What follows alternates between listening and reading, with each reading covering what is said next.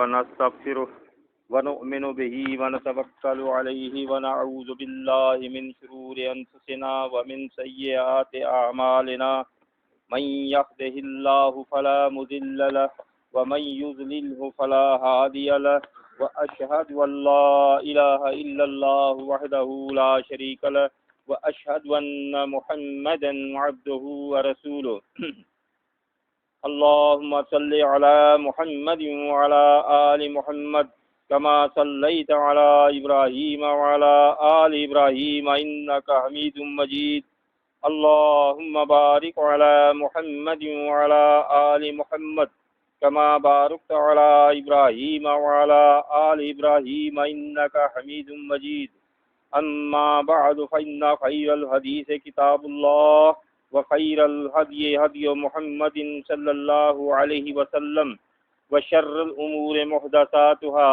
وكل محدثة بدعة وكل بدعة ضلالة وكل ضلالة في النار أعوذ بالله السميع العليم من الشيطان الرجيم من حمزه ونفخه ونفسه وَلَقَدْ نَصَرَكُمُ اللَّهُ بِبَدْرٍ وَأَنْتُمْ أَذِلَّةٌ فَاتَّقُوا اللَّهَ لَعَلَّكُمْ تَشْكُرُونَ سورہ آل عمران آیت نمبر 123۔ شہداد کوٹ والو، آج 1438 ہجری کا رمضان اور رمضان المبارک کی 17 تاریخ سن 2017 کا جون کا مہینہ اور 13 تاریخ۔ آج کے دن 17 رمضان المبارک کو جنگ بدر واقع ہوئی۔ یہ مسلم اور کفر کے درمیان پہلی جنگ تھی آپ صلی اللہ علیہ وسلم کی نبوت کے بعد۔ یہ جنگ سن 2 ہجری 17 رمضان المبارک بمطابق 13 مارچ سن 624 کو واقع ہوئی۔ یہ جنگ بدر کے نام سے کیوں مشہور ہے؟ یہ بدر ایک شخص کا نام تھا، بدر۔ اس شخص نے یہ ایک کنواں کھودا تھا، اس کنویں کا نام اس شخص کے نام سے مشہور ہو گیا، بدر۔ جیسے آپ کے شہر کا نام ہے شاہداد کوٹ، پھر یہ آگے چل کر شہداد بن گیا، اصل میں شاہداد یہ نام ہے کسی شخص کا۔ تو اسی طرح یہ کنویں کا جو بنانے والا تھا اس کا نام تھا بدر۔ یہ جگہ جو ہے مکے اور مدینے کے درمیان واقع ہے، وہاں پر کھجوروں کے باغ بہت ہیں، تو اس لحاظ سے اس مقام کو اس کنویں کی وجہ سے مقام بدر جو ہے نام اس کا مشہور ہو گیا۔ اب یہ ہر سال 17 رمضان المبارک آتی ہے، آ کر اپنی یاد کو تازہ کر جاتی ہے کہ جس طرح آج سے 1400 سال پہلے غلامان محمد مصطفیٰ صلی اللہ علیہ وسلم کے جانثاروں نے اپنی قربانیاں پیش کی تھیں، تو ہمیں بھی اسی طرح قربانیاں پیش کرنی چاہیے، تبھی ہم صحیح معنی میں ایمان والے اور مسلم کہلانے کے حقدار ہو سکتے ہیں۔ آج ہماری حالت تو یہ ہے، انہوں نے اپنا سب کچھ تن من دن ہر چیز قربان کر دی تھی، اور ہماری حالت یہ ہے، ہم حق پرست کہلانے والے، محمد صلی اللہ علیہ وسلم کے پروانے کہلانے والے اور یہ دعویٰ کرنے والے، ہم اپنے چہرے نبی صلی اللہ علیہ وسلم کے چہرے کے مطابق نہیں بنا سکتے۔ ہم اتنی سی قربانی نہیں دے سکتے کہ داڑھیوں کو بڑھائیں، ہم اتنی سی قربانی نہیں دے سکتے بال سنت کے مطابق رکھیں، ہم اتنی سی قربانی نہیں دے سکتے کہ ہمیں مونچھوں کو پست کر دیں، ہم یہ چھوٹی سی قربانی نہیں دے سکتے، بڑی قربانیاں ہم کہاں سے دیں گے؟ تو لہٰذا یہ 17 رمضان المبارک بدر کا واقعہ ہمیں یہ نصیحت کر کے جاتا ہے کہ جب تک ہم اس طریقے سے اپنی ہر تن من دھن اللہ کے راستے میں قربان نہیں کر سکتے، اس وقت تک ہم صحیح معنوں میں ایمان والے اور مسلم کہلانے کے حقدار نہیں ہو سکتے۔ تو آپ صلی اللہ علیہ وسلم کو 40 سال کی عمر میں نبوت ملی۔ نبوت کے بعد یہ مکہ المکرمہ آپ صلی اللہ علیہ وسلم کی پیدائش کی جگہ بھی ہے اور آپ کا گھر بھی ہے۔ تو یہاں پر آپ صلی اللہ علیہ وسلم نے جب حق بیان کرنا شروع کیا، سب سے پہلے تصدیق کروائی، تمام قبیلوں کو جمع کیا، اور جمع کرنے کے بعد ان سے مخاطب ہوئے کہ لوگوں، اگر میں تم سے کہوں کہ اس پہاڑی کے پیچھے دشمن ہے جو لشکر لیے کھڑا ہے اور کل صبح ہوتے ہی تم پر حملہ کر دے گا، کیا تم میری بات کو سچ مانو گے؟ تمام لوگوں نے، تمام جماعتوں نے یہ کہا، یک زبان ہو کر کہا کہ آپ نے 40 سال ہمارے اندر گزارے ہیں، ہم نے کبھی آپ کی زبان سے جھوٹ نہیں سنا، لہذا ہم یقین مانیں گے کہ واقعہ یہ لشکر ہے۔ تو پھر آپ صلی اللہ علیہ وسلم نے فرمایا، لوگوں کہو لا الہ الا اللہ، اللہ کے علاوہ کوئی الہ نہیں۔ جب یہ کلمہ کہنا تھا تو ادھر سے اسی وقت سے مخالفت شروع ہو گئی، اور اللہ کے رسول صلی اللہ علیہ وسلم لا الہ الا اللہ کی دعوت عام کرنے لگے، اور ادھر سے مخالفت بھی عام ہونے لگی۔ آپ صلی اللہ علیہ وسلم کو دھمکیاں دے کر یا لالچ دے کر مرعوب کرنے کی کوشش کی گئی، لیکن آپ صلی اللہ علیہ وسلم نے فرمایا کہ اگر تم میرے ایک ہاتھ پر چاند رکھ دو، ایک ہاتھ پر سورج رکھ دو، پھر بھی یہ زبان کلمہ حق کہنے سے باز نہیں آئے گی۔ آخر آپ صلی اللہ علیہ وسلم نے حق بیان کرنا نہیں چھوڑا۔ نتیجہ یہ نکلا مختصراً کہ آپ صلی اللہ علیہ وسلم کو اپنا گھر بار چھوڑنا پڑا، اپنا قبیلہ چھوڑنا پڑا، اپنا خاندان چھوڑنا پڑا، اپنے رشتہ دار چھوڑنے پڑے، حتیٰ کہ اللہ کا گھر بیت اللہ چھوڑنا پڑا۔ سب کچھ چھوڑنا قبول کر لیا، نہیں چھوڑا تو ایمان کو نہیں چھوڑا، نہیں چھوڑا تو حق بیان کرنے کو نہیں چھوڑا، سب کچھ چھوڑا۔ آخر ہجرت کا حکم ہوا، آپ صلی اللہ علیہ وسلم نے اللہ کے حکم سے ہجرت کی۔ تو پھر یہ مکے سے مدینے تک رب کائنات نے، چاہے وہ صحرا ہوں یا سمندر یا میدانی علاقے ہوں یا پہاڑوں کی چوٹیاں، ہر مقام پر، ہر مرحلے پر اللہ رب کائنات نے اپنے محبوب کی مدد کی، خیر و عافیت اپنے پیارے محبوب کو مدینہ طیبہ میں پہنچا دیا۔ اب مدینہ طیبہ میں پہنچنے کے بعد یہ مشرکین مکہ کو گوارا نہ تھا کہ وہ ہمارا دشمن جو ہم سے بچ نکلا ہے اب مدینے میں ایک سردار کی سی زندگی بسر کر رہا ہے، وہاں تو ان کا سردار بن گیا ہے اور ہمیں خطرہ ہے۔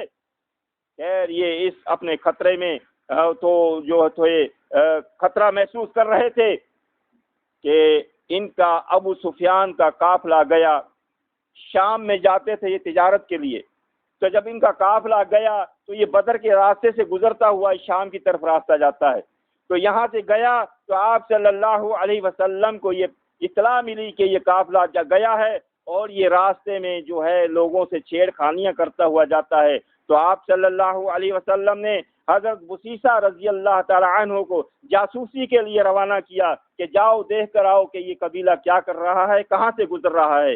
لہذا آپ صلی اللہ علیہ وسلم نے ادھر سے ان کو بھیجا اور ادھر سے ابو سفیان کو بھی خبر ہو گئی کہ میری جاسوسی کے لیے، اس قبیلے کی قافلے کی جاسوسی کے لیے آپ صلی اللہ علیہ وسلم نے شخص کو بھیجا ہے۔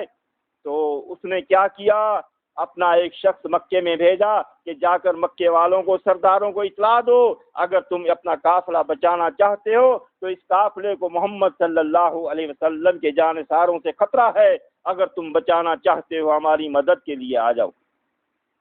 تو یہ اطلاع سن کر ابو جہل جو ان سب کا سردار تھا اس نے تیاریاں شروع کر دیں، اس قافلے کو بچانے کے لیے لوگوں کو جمع کرنا شروع کیا، تمام سرداروں کے پاس جانے لگے، حتیٰ کہ جب امیہ بن خلف جو سردار تھا یہ بھی اپنے قبیلے کا، جب ان کے پاس جاتے ہیں تو وہ نہ کرتے ہیں، ڈرتے ہیں۔ کیوں ڈرتے ہیں؟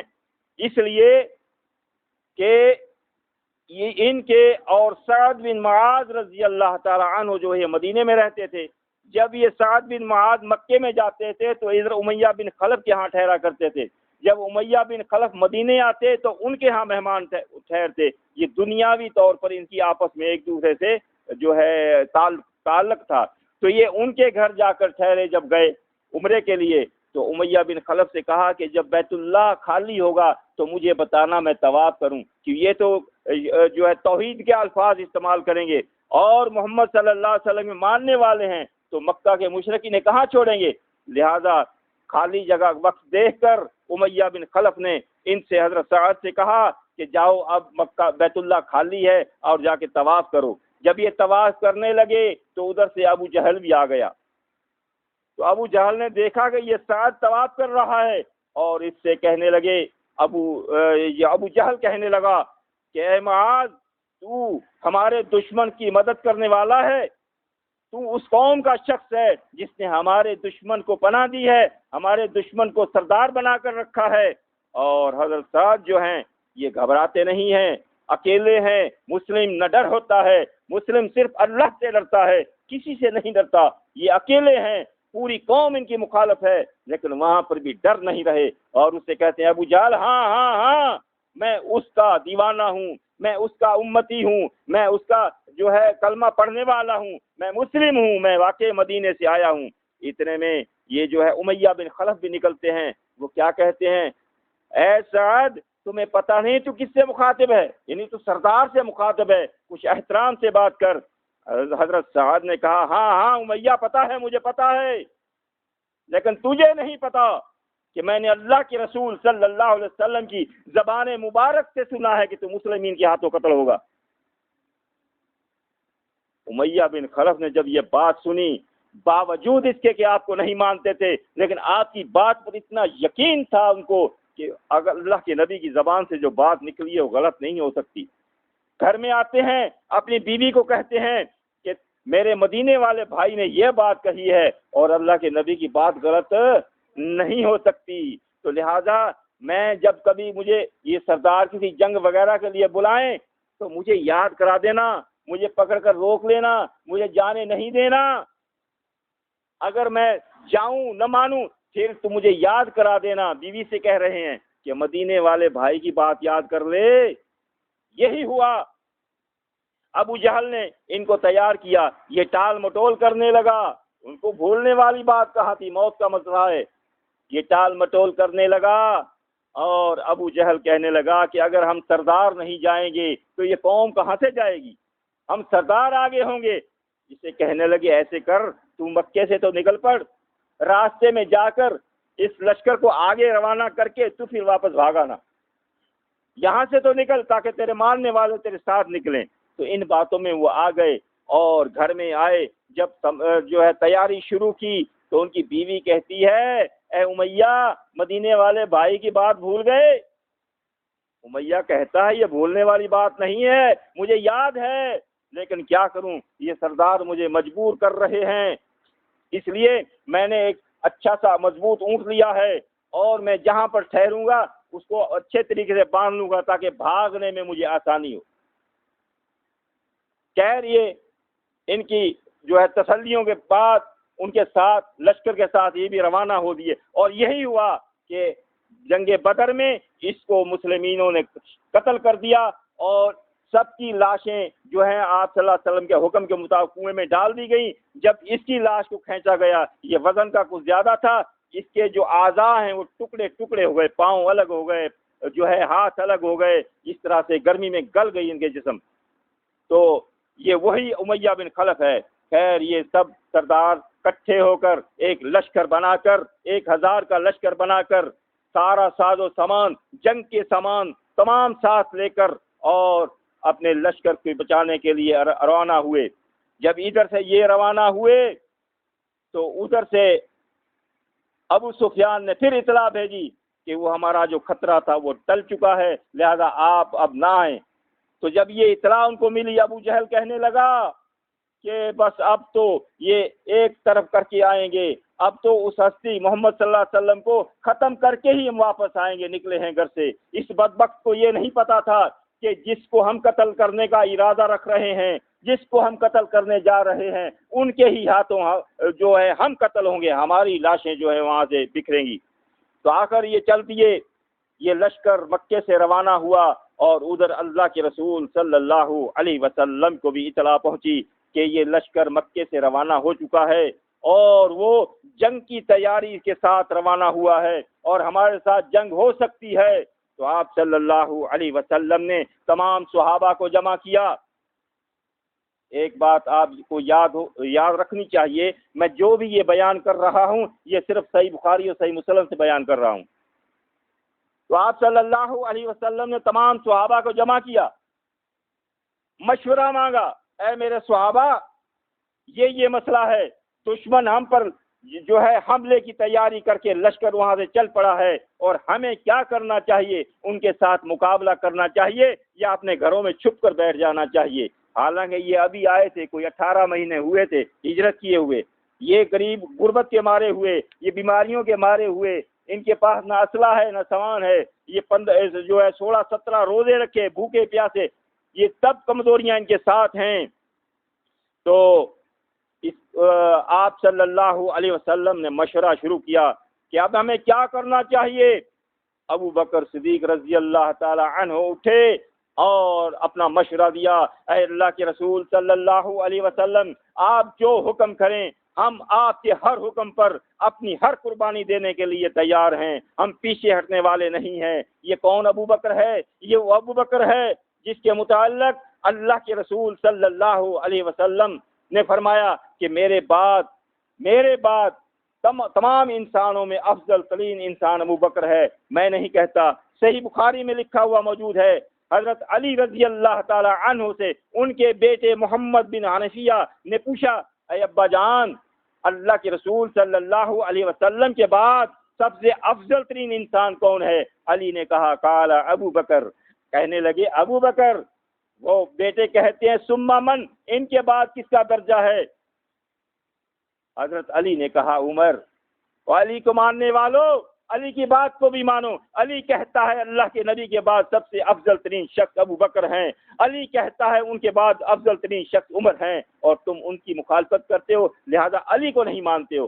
لہذا اس ابو بکر نے مشورہ دیا، یہ بیٹھ گئے، آپ نے فرمایا کوئی اور ہے مشورہ دینے والا؟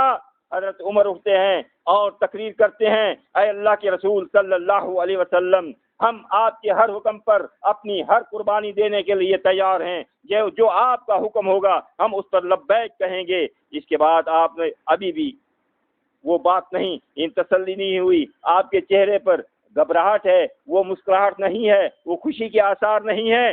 تو پھر حضرت مقداد رضی اللہ تعالی عنہ اٹھتے ہیں، وہ کہتے ہیں لا نقول کما قال قوم موسیٰ اذهب انت وربک فقاتلا، اے اللہ کے رسول صلی اللہ علیہ وسلم گھبرائیں نہیں، ہم قوم موسیٰ کی طرح نہیں کہیں گے جیسے قوم موسیٰ نے موسیٰ علیہ السلام سے کہا تھا، اے موسیٰ تو اور تیری جو ہے تیرا رب جا کے لڑو، اذهب انت وربک فقاتلا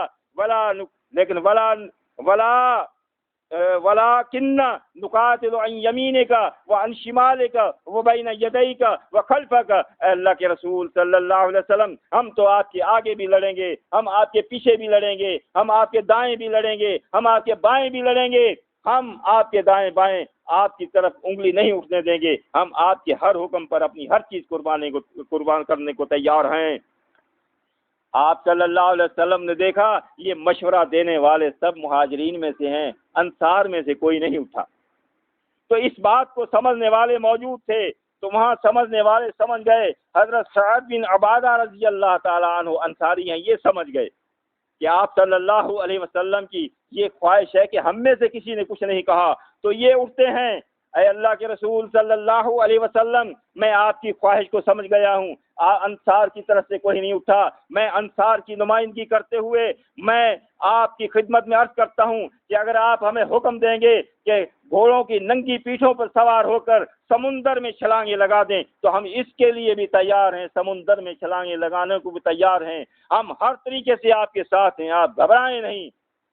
اس کی تقریر سن کر آپ صلی اللہ علیہ وسلم کا چہرہ کھل اٹھا اور آپ مسکرا دیے۔ تو یہ تقریریں سن کر آپ صلی اللہ علیہ وسلم نے اعلان کروا دیا مدینے میں، اے مدینے والو ہمارا لشکر روانہ ہو رہا ہے، کیونکہ یہاں دشمن کو اپنے شہر میں نہیں آنے دینا، یہ جنگ کی ایک حکمت ہوتی ہے، تو لہذا ان کو راستے میں ہی جا کر پکڑیں، یہاں تک پہنچنے نہ دیں۔ تو یہ قافلہ یہاں سے چلا اور بدر کے مقام پر یہ قافلہ بھی پہنچا، وہ بھی پہنچا۔ جب یہ لشکر وہاں سے چلا تو یہ کتنا لشکر تھا؟ 319 بندے تھے، ان کے پاس کوئی ساز و سامان نہیں تھا، نہایت کمزور تھے، اسی لیے رب نے فرمایا لقد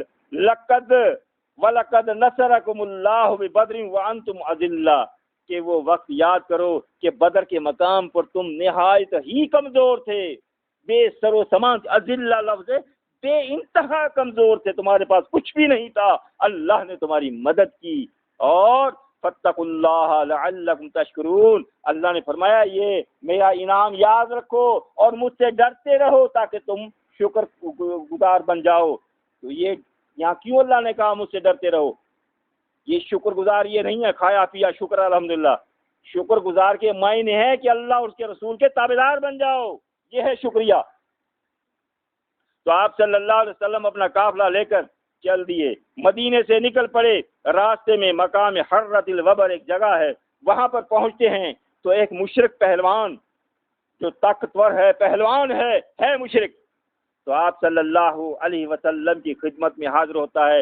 اے اللہ کے رسول صلی اللہ علیہ وسلم، آپ کمزور ہیں، دشمن طاقتور ہے، آپ کو پہلوانوں کی ضرورت ہے، لڑاکا لوگوں کی ضرورت ہے، تو میں آپ کے ساتھ مل کر تمہارے دشمن کے ساتھ لڑنا چاہتا ہوں۔ آپ صلی اللہ علیہ وسلم نے فرمایا تو مجھ پر ایمان رکھتا ہے، مجھے نبی مانتا ہے، اللہ کو الہ مانتا ہے؟ وہ شخص کہتا ہے کہ نہیں، میں کلمہ نہیں پڑھا ہوں، تو میں ان میں سے آپ کا ماننے والا نہیں ہوں۔ تو پھر آپ صلی اللہ علیہ وسلم نے اسے کیا فرمایا؟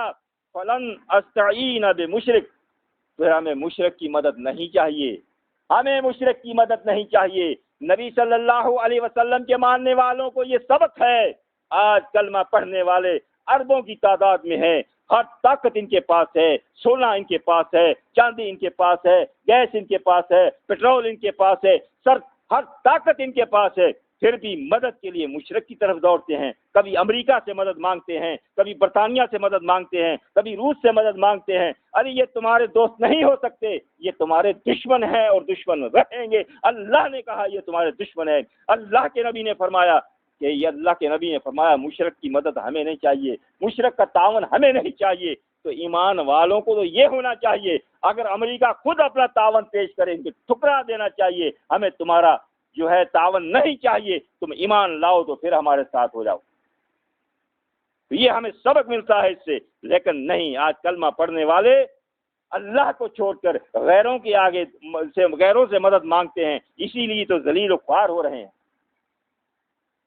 تو خیر اب یہ چل دیے آگے جا کر مقام شجر پر، ایک اور مقام اس کا نام شجر ہے، جیسے یہاں سے چلو لاڑکانہ کے لیے راستے میں بہرام ہے، کمبر ہے، یہ بھی علاقے ہیں۔ مقام شجر پر پہنچتے ہیں، وہ پہلوان پھر آتا ہے، اللہ کے رسول میرا دل چاہتا ہے میں آپ کے ساتھ مل کر، آپ کی فوج میں مل کر آپ کے دشمن کے ساتھ لڑوں۔ آپ نے پھر کوئی پوچھا کہ ایمان لایا ہے؟ کہنے لگے ایمان نہیں لایا۔ تو آپ نے پھر وہی کہا فلن استعین بمشرک، ہمیں مشرک کا تعاون نہیں چاہیے، ایمان لا اگر تعاون کرنا ہے۔ تو جب 2 دفعہ دیکھا تو اس نے کہا اللہ کا نبی میں ایمان لاتا ہوں، میں کلمہ پڑھتا ہوں، اب تو مجھے اجازت دیجیے۔ آپ نے فرمایا اب آپ کو اجازت ہے، ہمارے ساتھ آپ لڑ سکتے۔ یہ قافلہ لے کر آپ صلی اللہ علیہ وسلم مقام بدر پر پہنچ جاتے ہیں۔ یہاں پر 5 شخص ہیں جن کو اس لشکر میں شریک ہونے کی اجازت نہیں ملی، دل تو ان کا چاہتا تھا، اور بعض فرقے ان پر اعتراض بھی کرتے ہیں۔ ایک تو ہیں حضرت عثمان رضی اللہ تعالی عنہ، یہ اس لشکر میں جنگ میں شامل نہیں تھے۔ کیوں نہیں تھے؟ جب یہ لشکر نکلا تو حضرت عثمان کے گھر میں ان کی بیوی جو ہے آپ صلی اللہ علیہ وسلم کی بیٹی ہے رقیہ، تو وہ تھی بیمار۔ تو آپ صلی اللہ علیہ وسلم نے خود حضرت عثمان سے حکم فرمایا کہ اے عثمان، دل تو تیرا چاہ رہا ہے لیکن میری بیٹی بیمار ہے، اس لیے میں آپ کو حکم دیتا ہوں آپ میری بیٹی کی خبر گیری کے لیے گھر میں رہیں، جب جو ہمارے ساتھ ہوں گے، جنگ میں ہوں گے، جو اجر ان کو ملے گا اسی کے برابر آپ کو ملے گا۔ آپ مدینے میں رہتے ہوئے بھی ان میں شامل سمجھے جائیں گے، آپ مدینے میں رہتے ہوئے بھی اس فوج میں شامل سمجھے جائیں گے، اور مال غنیمت میں سے بھی آپ کو ان کے برابر حصہ ملے گا۔ اس کا مطلب اس کو اللہ کے نبی نے فرمایا یہ شریک ہیں تو وہ شریک ہیں۔ اور دوسرے 2 ہیں حذیفہ اور ان کے والد یمان، ان کو بھی اجازت نہیں ملی۔ ان کو کیوں نہیں ملی؟ تو انہوں نے، یہ مکے سے آئے تھے دونوں باپ بیٹا، اور آئے اسی ارادے سے تھے کہ ہم اسلامی فوج میں شامل ہو کر دشمن کے ساتھ لڑیں گے۔ تو انہوں نے آ کر واقعہ سنایا، اے اللہ کے رسول صلی اللہ علیہ وسلم، جب ہم مکے سے نکلے تو دشمن سمجھ گیا کہ یہ ان کے ساتھ ملنے جا رہے ہیں، تو انہوں نے ہم پر دباؤ ڈالا اور ہم سے اللہ کی قسم لی کہ پہلے قسم اٹھاؤ اللہ کی کہ آپ ہمارے خلاف ان کے ساتھ مل کر جنگ نہیں کرو گے، پھر ہم آپ کو یہاں سے جانے کی اجازت دیں گے۔ اے اللہ کے رسول، ہم نے قسم کھا لی تھی۔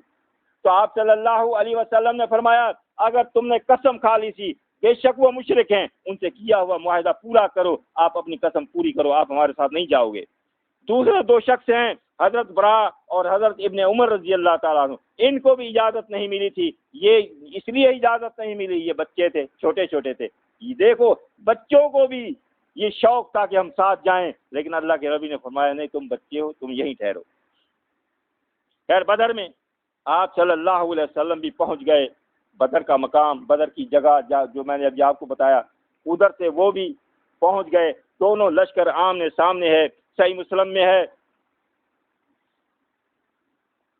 بدر میں مہاجرین کی تعداد 60 اور انصار کی تعداد 240، یعنی انصار زیادہ تھے، مہاجر کم تھے، اور ان کی کل تعداد 319 بنتی ہے، جو طالوت کے لشکر کے برابر تھی۔ وہ طالوت اور جالوت کا قرآن مجید میں قصہ ہے۔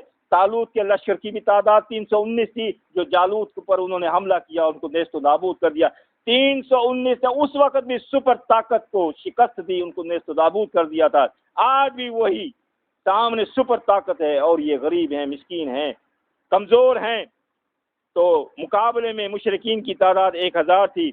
لما کان یوم بدر نظر رسول اللہ صلی اللہ علیہ وسلم، صحیح مسلم میں ہے کہ اللہ کے رسول صلی اللہ علیہ وسلم نے بدر کے دن جب سامنے دیکھا، نظر کی الی المشرکین، مشرکین کی طرف دیکھا، وہم الف، وہ 1000 کی تعداد ہے، صحیح مسلم کی حدیث ہے، ان کی 1000 سامنے، ہر سامان ان کے پاس ہے، جنگ کا پورا سامان ان کے پاس ہے، اور ان کو جو ہے جوش دلانے کے لیے عورتیں ان کے ساتھ ہیں، پورا سامان، ہاتھی، اونٹ، گھوڑے، تیر، کمان، ہر چیز ان کے ساتھ۔ یعنی اس وقت کی، جیسے آج کہتے ہیں امریکہ سپر طاقت ہے، اس وقت کی وہ سپر طاقت سامنے تھی۔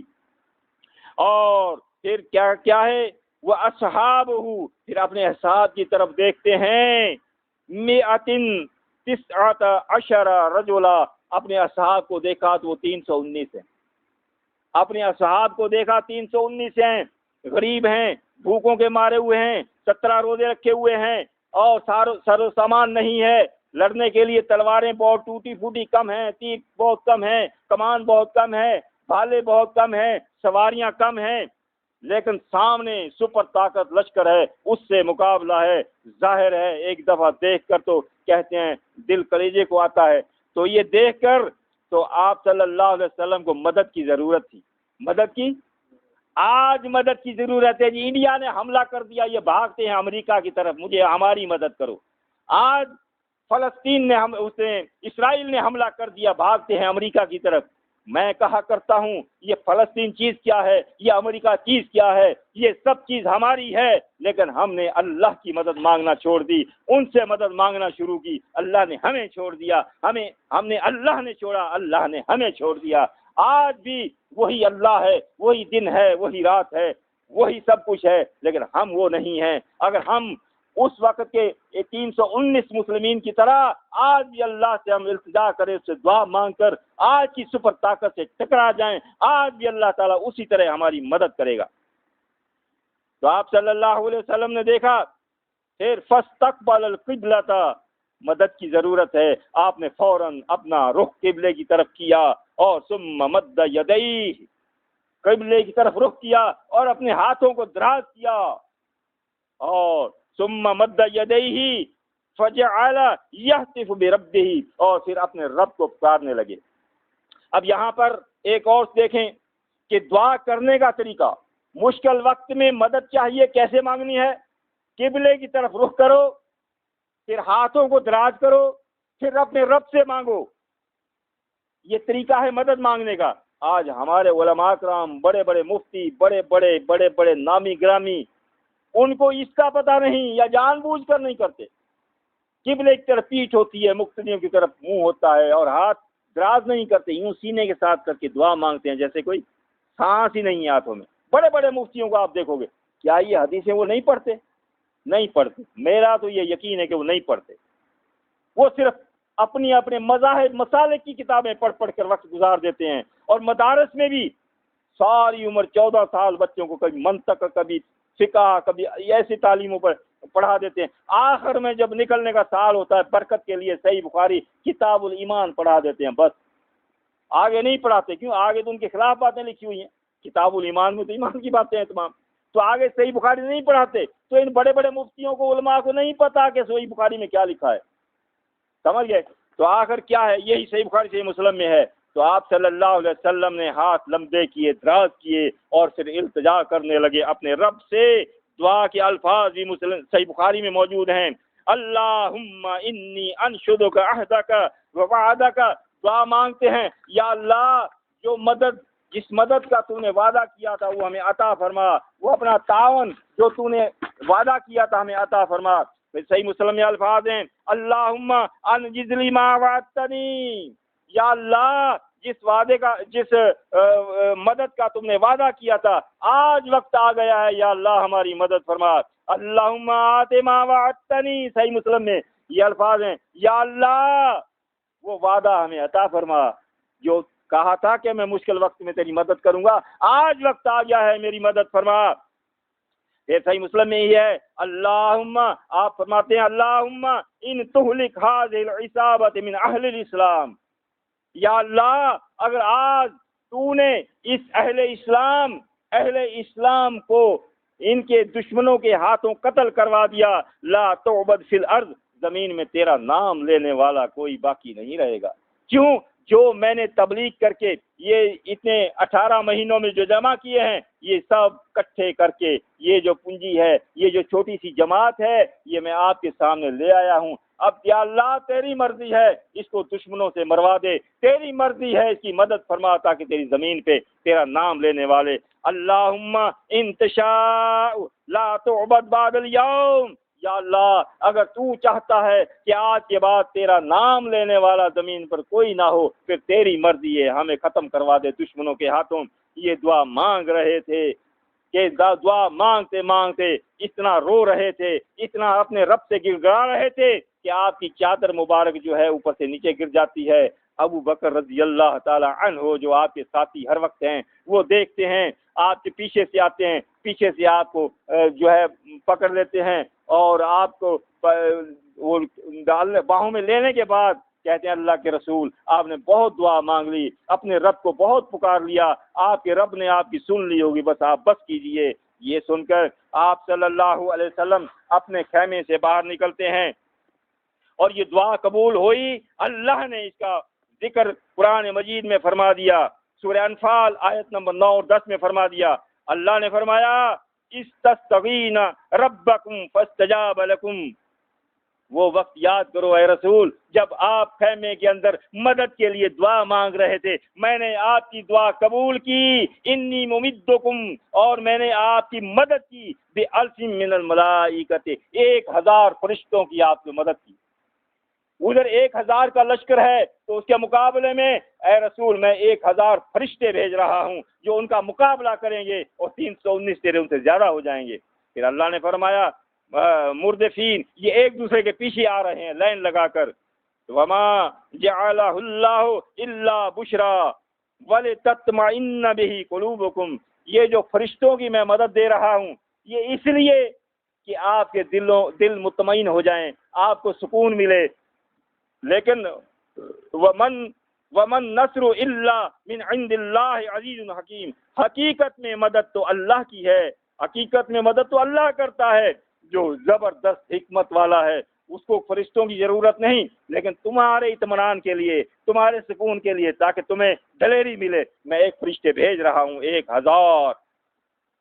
دعا کے بعد آپ صلی اللہ علیہ وسلم یہ ہے سورہ قمر کی آیت پڑھتے ہوئے خیمے سے باہر نکلتے ہیں. سَيُهْزَمُ الْجَمْعُ وَيُوَلُّونَ الدُّبُرَ.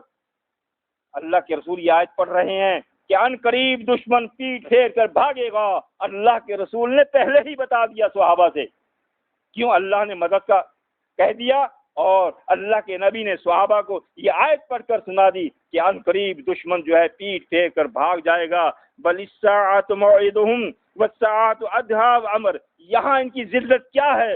اصل ان کی ذلت اور رسوائی تو قیامت کے دن ہوگی. یہ کس سے ٹکرا رہے ہیں؟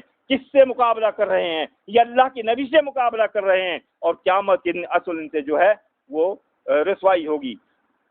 تو اب میدان میں آ گئے، اب مسلمین کے پاس پانی بھی نہیں تھا، وہ بدر کے کنویں پر وہ مشرکین کا قبضہ ہو چکا تھا۔ اب کیا ہوا، کچھ سکے انہوں نے پکڑے، کہتے ہیں جو پانی یہ ڈھوتے ہیں ان کو، یہ مسلمین کے ہاتھوں لگ گئے۔ اب یہ جو ان کو مار رہے ہیں، ان کا پوچھ رہے ہیں ان کے ساتھ کون کون ہے، کیا کیا ہے ان کی، جو جیسے ہمارے اندر کوئی پکڑتے ہیں سی آئی ڈی کرنے والوں کو، جاسوسوں کو پکڑ لیتے ہیں، تو جب ان کو مارتے ہیں تو وہ کہتے ہیں ٹھہرو ٹھہرو ٹھہرو میں بتاتا ہوں۔ جب صحابہ کرام اس کو چھوڑ دیتے ہیں کہتے ہیں مجھے پتہ نہیں، اور حقیقت میں ان کو پتہ ہی نہیں۔ تو یہ باتیں دیکھ کر، یہ کام دیکھ کر اللہ کے رسول صلی اللہ علیہ وسلم نے دیکھا اور ان سے کہا، صحابہ سے جو ان کو مار رہے تھے، فرمایا قسم ہے اس کی جس کے ہاتھ میں میری جان ہے، یہ شخص جب سچ کہتا ہے تم اس کو مارتے ہو، اور جب یہ جھوٹ بولتا ہے تو چھوڑ دیتے ہو۔ اور آج بھی یہی ہوتا ہے، پولیس پکڑتی ہے، فوج پکڑتی ہے، اس کو نہیں پتا مارتے ہیں، وہ کہتے بتاتا ہوں اس کو چھوڑ دیتے ہیں۔ جب وہ جھوٹ بولتا ہے تو چھوڑ دیتے ہیں، جب سچ بولتا ہے تو مارتے ہیں۔ تو وہی حال آج ہے۔ تو خیر آپ صلی اللہ علیہ وسلم وہاں پر میدان میں ہیں، تو اب پانی ان کے پاس نہیں تھا، ان کو پانی کی بھی ضرورت تھی، کسی کو نہانا ہوا، کسی کو گرمی تھی۔ تو آپ صلی اللہ علیہ وسلم نے ایک برسات برسائی۔ اب برسات سے کیا فائدے ہوئے؟ ایک تو یہ نہا کر تر و تازہ ہو گئے، نہانے کے بعد تر و تازہ ہو جاتا ہے نا، ایک تو نہانے کے بعد یہ تر و تازہ ہو گئے، ان کی پیاس کی خوشیاں جو کچھ سب ختم ہو گئیں۔ اور دوسرا فائدہ یہ ہوا کہ یہ تھا ریتلی زمین، تو یہاں پر یا پیر رکھنا مشکل تھا، ہوا چلتی تھی، اڑتی تھی، آنکھوں میں پڑتی تھی۔ برسات برسنے سے یہ مٹی سب جم گئی، یہ سخت زمین ہوگی تاکہ جنگ کرنے میں ان کو آسانی ہو۔ اور اس کے بعد اللہ تعالیٰ نے ان کے اوپر ایک بنود کی طاری کی، جس سے یہ اور اپنے ہوشیار ہو گئے، اور ان کی جو ہے وہ کمزوری دور ہو گئی۔ اب مقابلہ شروع ہوتا ہے۔ پہلے جو لڑائیاں ہوتی تھیں وہ بندوقوں کی نہیں ہوتی تھی، پہلے پہلوان اپنی طاقت دکھاتے تھے، پہلے ایک ایک آدمی لڑو، ادھر انہوں نے سب بندی کی ہوئی ہے، ادھر انہوں نے سب بندی کی ہوئی ہے۔ اب ادھر سے نکلے ہیں 3 پہلوان۔ پہلے نکلتا ہے اتبا آ کر کہتا ہے آئے میرے میدان میں کون آئے گا، میرے سامنے کون جنگ کرے گا؟ اتبا نکلتا ہے، تو اتبا کے مقابلے کے لیے آپ صلی اللہ علیہ وسلم حضرت حمزہ کو بھیجتے ہیں، جاؤ ان سے مقابلہ کرو۔ حمزہ میدان میں آتا ہے، بہادر کی طرح للکارتا ہوا آتا ہے، اللہ اکبر کہہ کر اس کے اوپر وار جو کرتا ہے، پہلے ہی وار میں اس کا سر قلم کر دیتا ہے، جہنم رسید کر دیتا ہے۔ اس کے بعد وہ بھیجتے ہیں شیبہ کو، جو ان کے بھائی ہیں، اتبا کے بھائی ہیں شیبہ، ان کو بھیجتا ہے وہ لشکر، وہ مشرک جو ہے۔ تو یہ سامنے آتا ہے، ٹھیک ہے اب میرے ساتھ کون آئے گا؟ تو آپ صلی اللہ علیہ وسلم نے ادھر سے علی کو بھیجا، اللہ کے شیر ہیں جو، اللہ کی تلوار ہیں جو، ان کو بھیجا، اور انہوں نے بھی ان سے مقابلہ کیا، ان پر جا کر ضرب لگائی اور اس کو جہنم رسید کر دیا۔ اب ان کے مقابلے میں ولید ہیں، اتبا کے بیٹے ہیں، شیبہ کے بھتیجے ہیں۔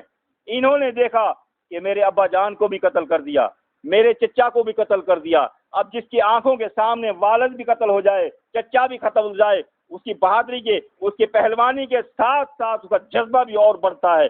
تو ان کے مقابلے میں آپ صلی اللہ علیہ وسلم نے بھیجا حضرت عبیدہ بن حارث رضی اللہ تعالی عنہ کو بھیجا۔ تو انہوں نے ان کے ساتھ مقابلہ کیا۔ اب وہ جو تھا ان کے اوپر زرہیں پہنی ہوئی تھی، کوئی جگہ ایسی خالی نہیں تھی جہاں پر کوئی تلوار اثر کرے یا کوئی بھالا اثر کرے، ان تمام لوہا پہنا ہوا تھا جسم پر۔ انہوں نے بھی دیکھا یہ اللہ کے شیر تھے، ان کا مقابلہ کچھ جو ہے سخت ہوا۔ انہوں نے اپنا بھالا اٹھایا، نشانہ باندھ کر، یہ آنکھ کی جگہ تو خالی ہوتی ہے نا، یہ آنکھ میں مارا، آنکھ میں مارا تو یہ چلا گیا، آرو پار ہو گیا اور یہ گر گیا، نیچے گر گیا ولید۔ تو حضرت عبیدہ نے پھر یہ بھالا نکلا نہیں، ان کے اوپر پاؤں رکھ کر کھینچ کر نکالا، بلکہ بھالے کی دھار بھی ٹیڑھی ہو گئی، یعنی ہڈیوں میں پھنس گیا۔ تو اس طریقے سے ان کو قتل کر دیا۔ ان کے بعد صفیں بندی ہوئی ہیں، یہ تینوں قتل ہو گئے، تینوں ادھر مجاہد بچ گئے۔ اب صفوں میں عبد الرحمن بن عوف رضی اللہ تعالی عنہ کھڑے ہیں، ان کے دائیں بائیں دو لڑکے کھڑے ہیں چھوٹی عمر کے، تو دونوں انصاری لڑکے ہیں، ایک کا نام ہے معاذ بن عفرو اور دوسرے کا نام ہے معاذ بن عمرو۔ معاذ بن افرا اور معاذ بن دونوں معاذ ہیں، لیکن والد الگ الگ ہیں، ادھر بھی چھوٹا بچہ ہے ادھر بھی چھوٹا بچہ ہے۔ عبد الرحمن بن عوف کے دل میں یہ خیال آیا کہ اوروں کے ساتھ بڑے پہلوان ہیں، میرے ادھر بھی بچہ ہے ادھر بھی بچہ ہے، جب جنگ شروع ہوئی تو میرے دائیں بائیں دونوں کمزور ہیں، تو ادھر سے یہ دائیں والا بچہ یہ جو ہے دامن کھینچتا ہے اور کہتا ہے چچا چچا وہ جو اللہ کے نبی کا دشمن ہے، جو اللہ کے نبی کی شان میں گستاخی کرتا ہے، وہ ابو جہل، وہ کہاں ہے، ہمیں بتاؤ کون سا ہے۔ تو اس نے کہا بیٹا جب آئے گا سامنے میں بتا دوں گا۔ تو اتنی دیر کے بعد خاموشی سے اس طرف نے پوچھا، اس طرف والے نے جا کے وہ نہ سن لے، اس نے بھی ادھر سے دامن کو پکڑا، چچا چچا وہ اللہ کے نبی کا گستاخ کون ہے۔ یہ جذبہ ہے ان بچوں کا کہ جو نبی کی شان میں گستاخی کرے ہمارے ہاں ان کی سزا موت ہے، اور ہے بھی، جو نبی کی شان میں گستاخی کرے اس کی سزا موت ہے۔ یہ ان بچوں سے سبق سیکھنا چاہیے، یہ بچوں کی اتنی بہادری، بچوں کا اتنا دل، اور ہم اتنی بڑی عمر کے ہونے کے باوجود ہمارے اندر یہ جذبہ نہیں ہے۔ خیر اب اس نے بھی پوچھا، عبد الرحمان کہتے ہیں کہ اب مجھے تسلی ہوئی کہ نہیں میرے دائیں بائیں میں کمزور نہیں طاقتور ہوں۔ اتنے میں کیا دیکھتا ہے کہ ابو جہل سامنے آیا، اس نے دونوں بچوں سے کہا کہ جو تم پوچھ رہے تھے وہ سامنے وہ ہے ابو جہل۔ یہ دونوں بچے اپنی تلواریں لے کر نکلے، اور جیسے نا یہ باغ اپنے شکار پر حملہ کرتا ہے، اس طرح ان بچوں نے اس پر دونوں اس طرح حملہ کیا، ان دونوں بچوں نے ان کو قتل کر دیا۔ لیکن آخر میں جب کیا ہوا، جب آپ صلی اللہ علیہ وسلم نے پوچھا کہ ابو جہل کو کس نے قتل کیا، یہ دونوں بچے آ گئے، وہ کہتا میں نے کیا، وہ کہتا میں نے کیا۔ تو اب آپ نے پوچھا کہ آپ نے اپنی تلواریں صاف کر لی ہیں، خون صاف کر لیا ہے؟ کہنے لگے نہیں، آپ نے دونوں کی تلواریں دیکھی، دونوں کو خون لگا ہوا ہے۔ تو ابو جہل کا جو مال تھا آپ نے ان دونوں بچوں میں تقسیم کر لیا۔ تو خیر یہ قتل ہو گیا، اور جب قتل ہو گیا تو آپ صلی اللہ علیہ وسلم نے اس کو عبداللہ بن مسعود رضی اللہ تعالیٰ عنہ کو بھیجا کہ جا ابو جہل کو دیکھ کر آ، اس کی کیا پوزیشن ہے۔ یہ گیا، دیکھا ابو جہل جو ہے بس مر رہا ہے، سانس نکل رہے ہیں، اور اس نے حضرت عبداللہ بن مسعود نے ابو جہل کو داڑھی سے پکڑا۔ اب اس سے اندازہ لگائیں، یہ صحیح بخاری کی حدیث ہے، داڑھی سے پکڑا، اس کا مطلب ہے مشرکین کو بھی اتنی بڑی داڑھی تھی کہ صحابی نے کو داڑھی سے پکڑا۔ ارے ہمیں سوچنا چاہیے، مشرکین کو بھی اتنی بڑی بڑی داڑیاں تھی، ہماری داڑیاں کیوں کٹتی ہیں؟ ہم تو اللہ کے نبی کے پروانے ہیں، ہم تو اللہ کے نبی پر اپنی ہر چیز قربان کرنے والے ہیں، داڑھی قربان نہیں کر سکتے؟ چھوڑ دو، آج کے بعد وعدہ کرو، رمضان کا مہینہ ہے، آج کے بعد ہم اپنی داڑھیوں کو اور بالوں کو ہاتھ نہیں لگائیں گے، سنت کے مطابق رکھیں گے۔ اللہ نے روب رکھا ہے اس کے اندر، داڑھی کے اندر اور سنت کے بالوں کے اندر اللہ نے بہت روب رکھا ہے۔ یقین کرو، بغیر داڑھی والے 50 ہوں، داڑھی والا ایک ہو، کہیں پر کتنا بڑا آفیسر ہو، داڑھی والے کو عزت دیتا ہے، داڑھی والے کو مولوی صاحب کہہ کر بلاتا ہے، مولوی صاحب، اور جو بنا داڑھی والا ہوتا ہے ادھر اس کو بدتمیزی سے بلاتا ہے۔ اللہ نے دنیا میں دکھا دی ایسی عزت، نبی کی سنت کی عزت، ہمیں کیا ہو گیا ہے، شیطان کے ہفتے چڑھ گئے ہیں ہم۔ تو وہ ابو جہل کو یہ پوچھتا ہے داڑھی سے پکڑ کے کہ تو ہی ابو جہل ہے؟ کہنے لگے ہاں میں ابو جہل ہوں۔ کیا ہوا؟ مجھے اپنے ہی قوم کے لوگوں نے قتل کیا۔ عبداللہ بن مسعود کہتے نہیں نہیں نہیں، تجھے تو انصار کے چھوٹے بچوں نے قتل کیا ہے۔ کہنے ہاں، کہنے ہاں، کہنے لگے افسوس، میں محمد کے ہاتھوں قتل ہوتا مجھے دکھ نہ ہوتا، میں علی کے ہاتھوں قتل ہوتا مجھے دکھ نہ ہوتا، میں حمزہ کے ہاتھوں قتل ہوتا مجھے دکھ نہ ہوتا۔ مجھے جو ہے ایک جو ہے انصاری کسانوں کے بچوں نے، محنت کشوں کے بچوں نے قتل کیا ہے، اتنا بڑا سردار اور بچوں کے ہاتھوں اللہ نے اسے قتل کروایا۔ یہ اس کی ذلت ہے، یہ اس کی رسوائی ہے۔ آخر جنگ شروع ہو گئی، آپ نے فرمایا جنت کی طرف بڑھو، جنت کی طرف بڑھو۔ حضرت عمیرہ بن حمام رضی اللہ تعالی شہید ہو گئے، حضرت خبیب نے حارث بن عامر کو قتل کر دیا، حضرت زبیر نے عبیدہ بن سعید بن عاص کی آنکھ میں نیزہ مارا اور اسے ہلاک کر دیا، حضرت حارثہ بن سراقہ شہید ہو گئے۔ اور فرشتوں کی مدد کیسے معلوم ہو؟ یہ قرآن مجید میں اللہ نے فرمایا نا، فَأَمَدَّهُ اللَّهُ بِالْمَلَائِكَةِ، اللہ نے فرمایا کہ میں نے ملائکوں کے ذریعے تیری مدد کی. یہ مدد کیسے ظاہر ہو, مسلمین کیسے دیکھیں؟ تو یہ بھی حضرت ابن عباس رضی اللہ تعالی عنہ فرماتے ہیں, صحیح مسلم میں حدیث ہے, بینما رجل من المسلمین, غور کریں, بینما رجل من المسلمین, مسلمین میں سے ایک شخص, یومئذ یشتد فی اثر رجل من المشرکین, اس جنگ کے دن مشرکین میں سے ایک شخص کے پیچھے چلا. یہ شخص بھاگا جا رہا ہے, مشرک شخص, یہ مسلمین میں سے ایک شخص. یعنی معلوم ہوا کہ اس وقت جو جنگ تھی مسلمین اور مشرکین کی تھی. اس وقت جنگ شیعہ کی یا مشرکین کی نہیں تھی, وہابی یا مشرکین کی نہیں تھی, اہل حدیث یا مشرکین کی نہیں تھی. اس وقت اللہ کے رسول صلی اللہ علیہ وسلم جو ماننے والے تھے مسلمین تھے. اور آج ہم بھی یہی دعوت دیتے ہیں کہ اللہ کے لیے آج بھی شیعہ سنی وہابی کو چھوڑیں, اپنے آپ کو صرف مسلمین کہلوائیں, اسی میں تمہاری کامیابی ہے. تو مسلمین اس کے پیچھے بھاگا, کیا دیکھتا ہے کہ وہ بھاگا جا رہا ہے اور اس کے ہینٹر کے لگنے کی آواز آئی, لیکن نظر کچھ نہیں آیا. ہینٹر کے لگنے کی آواز آئی, ہینٹر اس کے چہرے پر لگا, وہاں نشان پڑ گیا, پورا جسم نیلا ہو گیا اور وہ زمین پر دھڑم سے بھی گر گیا, گر کر مر گیا. تو یہ تھی فرشتوں کی مدد. یہ فرشتے لڑ رہے تھے, یہ فرشتے ان کو مار رہے تھے. تو یہ بدر کی جنگ ہوئی, تو اس دن اللہ تعالیٰ نے 319 کی مدد کی اور ان کو سب کو ہلاک کر دیا. 70 بڑے بڑے سردار شہید قتل ہو گئے, 70 بڑے بڑے سردار قتل ہو گئے اور 70 کو انہوں نے گرفتار کر لیا. باقی بھاگ گئے, باقی سب مال چھوڑ کر بھاگ گئے. اور ادھر سے جو مسلمین تھے تقریباً 16 مسلمین شہید ہوئے. اندازہ کریں مسلمین کتنے شہید ہوئے, 16, اور 70 بڑے بڑے سرداروں کو قتل کر دیا اور 70 کو قید کر لیا. اب 3 دن میدان جنگ میں آپ صلی اللہ علیہ وسلم فتح کرنے کے بعد رہا کرتے تھے. 3 دن یہاں پر رہے. وہاں کے جو قتل تھے کفار مشرکین, ان کو اس کنویں میں ڈال دیا اور پھر کنویں میں ان سے خطاب بھی کیا. لمبی بات ہے. تو جب آپ گھر چلے گئے, واپس مدینے میں آئے, تو وہاں پر جو اب یہ قید تھے 70, ان کے متعلق مشورہ کیا کہ ان کے ساتھ کیا کیا جائے. پہلے ابو بکر صدیق سے مشورہ لیا. ابو بکر صدیق نرم دل آدمی تھے, تو انہوں نے ابو بکر نے کہا, اے اللہ کے رسول صلی اللہ علیہ وسلم, یہ اپنے ہی رشتہ دار ہیں, اپنے ہی قبیلے کے لوگ ہیں, ہو سکتا ہے یہ ایمان لے آئیں. یہ نیت ان کی بھی صحیح تھی, اور ان سے فدیہ لے لیا جائے, ان کو چھوڑ دیا جائے, ہو سکتا ہے یہ اتنی اپنی جو ہے رسوائی دیکھ کر اسلام قبول کر لیں. تو ان کے متعلق اللہ کے رسول صلی اللہ علیہ وسلم نے فرمایا, اے ابو بکر, آپ کی مثال تو عیسیٰ علیہ السلام کی سی مثال ہے. ان تشبیہ دی عیسیٰ علیہ السلام سے, آپ کی تو عیسیٰ علیہ السلام کی سی مثال ہے. وہ کون سی؟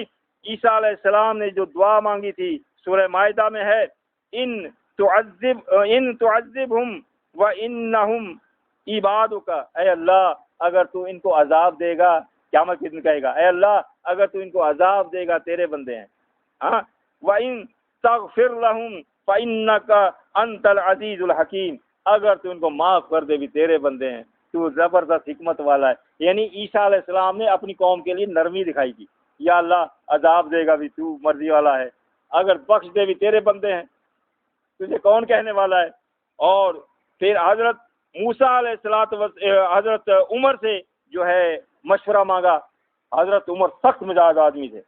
حضرت عمر نے کہا, اے اللہ کے رسول صلی اللہ علیہ وسلم, میرا یہ مشورہ ہے کہ جو گرفتار ہیں سب کو قتل کر دیا جائے اور ہر کو اپنے اپنے رشتہ دار کے حوالے کیا جائے. علی کے حوالے اس کے چچا زاد بھائی کو کیا جائے, اور میرے حوالے میرے بھائی کو کیا جائے. میرے رشتہ داروں کو میرے حوالے کرو, علی کے رشتہ داروں کو علی کے حوالے کرو, ابو بکر کے رشتہ داروں کو, ہر کوئی اپنے اپنے رشتہ دار کو قتل کرے. ان کا یہ مشورہ. تو یہ سننے کے بعد آپ صلی اللہ علیہ وسلم نے فرمایا, اے عمر, آپ کی مثال تو موسیٰ علیہ السلام کی سی ہے. موسیٰ علیہ السلام کے ساتھ تشبیہ دی. عمر کو موسیٰ علیہ السلام سے تشبیہ دی. موسیٰ علیہ السلام نے کہا تھا, ربنا اسمس علی اموالہم, یا اللہ ان کے مالوں کو تباہ و برباد کر دے. کیوں؟ اس فرعون نے جو ہے مال کے ذریعے لوگوں کو گمراہ کیا، لہذا پہلے تو ان کے مال کو برباد کر، اور وشدد علی قلوبہم، اور پھر ان کے دلوں کو اتنا سخت کر دے، فلا یؤمنو، یہ ایمان نہ لائیں. ان ایمان لانے کی دلوں میں ان کی کیفیت ہی ختم کر دے، ان کے دل سخت کر دے. اور یؤمنو حتی یروا العذاب عذاب العلیم، یہاں تک کہ تیرا عذاب اپنی آنکھوں سے نہ دیکھ لیں. یعنی ان کو معاف نہ کر، ان کو تباہ، ان کو مار دے، ان کو دل سخت کر دے، ان کو کفار کی حالت میں موت دے. یہ موسیٰ علیہ السلام ایسے سخت تھے. اور تیسرے تھے حضرت عبداللہ بن رواح، انہوں نے بھی یہی مثال دی تھی کہ ان کو قتل کیا جائے، ان کو چھوڑا نہ جائے. تو اس کی تشبیہ دی کہ ان کی مثال تو نوح علیہ السلام کی ہے. یعنی کہ نوح علیہ السلام کی، وہ سورہ یونس میں تھا اور یہ جو ہے سورہ انفال میں ہے، نہ اس میں سورہ نوح میں. تو نوح علیہ السلام نے کہا رب لا تذر علی الارض من الکافرین دیارا، یا اللہ یہ جو کفار ہیں اس زمین پر ان کا ایک گھر بھی نہ چھوڑ، سب کو ہلاک و برباد و تباہ کر دے، ایک گھر بھی نہ چھوڑنا ان کا. نوح علیہ السلام نے اتنی ان کے ساتھ سختی کی تھی. تیری مثال تو ان سے ہی ہے. لیکن آپ صلی اللہ علیہ وسلم نے حضرت ابو بکر صدیق کا مشورہ مان لیا، ان کو فدیہ لے کر چھوڑنے کا ارادہ کر لیا. تو اللہ رب العزت نے فوراً آسمان سے وحی بھیجی. کیا کہا؟ وہی سن کر عذاب سامنے نظر آنے لگا. دیکھ کر ابو بکر صدیق سے بات کی. آپ صلی اللہ علیہ وسلم رو رہے ہیں اور ابو بکر بھی رو رہے ہیں. حضرت عمر آتے ہیں، اے اللہ کے رسول صلی اللہ علیہ وسلم، یہ رونے کی کیا بات ہے؟ کیا وجہ ہے کہ رونے کی بات بتاؤ تو ہم بھی روئیں، یا رونے جیسا چہرہ تو کر لیں. تو آپ صلی اللہ علیہ وسلم نے پھر یہ سورہ انفال کی آیات پڑھی، تو جس میں اللہ تعالیٰ نے فرمایا ما کان للنبی ان یکون لہ اسرا حتی یسکن فی الارض، یسکن فی الارض. تو کسی نبی کے لیے یہ لائق نہیں کہ جب قیدی اس کے پاس آئیں کہ ان کو چھوڑے، فدیہ لے کر چھوڑے. نہیں، بلکہ اللہ تو یہ چاہتا ہے کہ ان کو قتل کر دو تاکہ تمہارا دبدبہ ان کے اوپر قائم ہو جائے، تمہارا روب ہو جائے. یریدون عرض الدنیا، تم تو دنیا کی بھلائی چاہتے ہو، تم پیسے لے کر فدیہ لے کر چھوڑ دے، دنیا کا فائدہ ہو، تم دنیا کی بھلائی چاہتے ہو. واللہ یرید الآخرہ، اللہ تعالیٰ تو تمہارے لیے آخرت کی بھلائی چاہتا ہے. واللہ عزیز حکیم، اللہ تعالیٰ زبردست حکمت والا ہے. تو اللہ تعالیٰ نے فرمایا لولا کتاب من اللہ، اگر میں نے اپنی کتاب میں پہلے لکھ نہ دیا ہوتا کہ یہ تم غلطی کرو گے میں معاف کر دوں گا، تو اگر میں نے نہ لکھ دیا ہوتا، اللہ فرماتا ہے سبق لمسکم فیما اخذتم عذاب عظیم، تمہیں میرا عذاب پکڑ لیتا. نبی کو دھمکایا اللہ نے کہ میں نے پہلے ہی تم کو معاف کر دیا تھا. یہ جنگ بدر کا واقعہ ہے، جب جنگ بدر سے یہ فرشتے جا رہے ہیں، فرشتے آپ صلی اللہ علیہ وسلم سے ملتے ہیں، ابھی گرد و غبار جھاڑ رہے ہیں. تو آپ صلی اللہ علیہ وسلم سے فرشتے پوچھتے ہیں، جبریل پوچھتا ہے کہ یہ جو اس جنگ بدر میں شریک ہوئے ہیں ان کی شان کیا ہے، ان مسلمین کا رتبہ کیا ہے؟ تو آپ صلی اللہ علیہ وسلم نے فرمایا جو بھی مسلمین ہیں سب سے ان کا درجہ افضل ہے، یعنی قیامت تک آنے والے جو بھی مسلمین ایمان والے ہوں گے ان کا درجہ سب سے افضل ہے، سب سے افضل ہے. تو فرشتہ کہتا ہے جس طرح ان کا درجہ افضل ہے، آج آسمان کے فرشتے جو اس جنگ میں شریک ہوئے ہیں ان کا درجہ بھی تمام ملائکہ میں افضل ہے. تو یہ وہ جنگ تھی جس میں اللہ تعالیٰ نے ان غریب مسکین کمزور مسلمانوں کو، ان کا ایمان مضبوط تھا، سب چیزیں کمزور تھیں، ایمان مضبوط تھا، اللہ نے ان کی مدد کی. آج ہمارے پاس سب کچھ ہے، ایمان کمزور ہے. تو ہم اپنے ایمانوں کو مضبوط بنائیں. اللہ سے دعا ہے اللہ رب العزت ہمیں بدر کے صحابہ کی طرح ہمارا ایمان مضبوط کرے اور ہمیں اپنی اپنی قربانیاں ایسے ہی پیش کرنے کی توفیق عطا فرمائے. اللہ تعالیٰ اس امت کو اتحاد کی توفیق عطا فرمائے. اس امت میں سے فرقہ واریت کا اللہ تعالیٰ ختم کرے. اللہ تعالیٰ ہمیں فرقہ واریت کے عذاب سے بچائے. اللہ تعالیٰ ہمیں متحد و متفق ہونے کی توفیق عطا فرمائے. اللہ تعالی ہمارے بیماروں کو شفا کاملہ عطا فرما، یا اللہ ہمارے بے اولادوں کو صالح اولاد عطا فرما، یا اللہ ہمارے جو مقروض ہیں ان کا قرض ادا کرنے کا کوئی نہ کوئی سبب بنا، یا اللہ جو پریشان حال ہیں تمام لوگوں کی پریشانیاں دور فرما، یا اللہ جو بے اولاد ہیں صالح اولاد عطا فرما، یا اللہ جن کی اولاد ہے ان کو نیک اور صالح بنا، یا اللہ ہماری پریشانیاں دور فرما، ہماری مدد فرما، یا اللہ ہمیں توفیق دے کہ تیری اس زمین پر خلافت اعلیٰ منہاج نبوت قائم کر سکیں، یا اللہ جماعت المسلمین یہ جھنڈا لے کر اٹھی ہے، یا اللہ اس جماعت کو اس جھنڈے کو بلند کرنے کی توفیق عطا فرما، آمین۔ وَأَقُولُ قَوْلِي هَذَا أَسْتَغْفِرُ اللَّهَ لِي وَلَكُمْ۔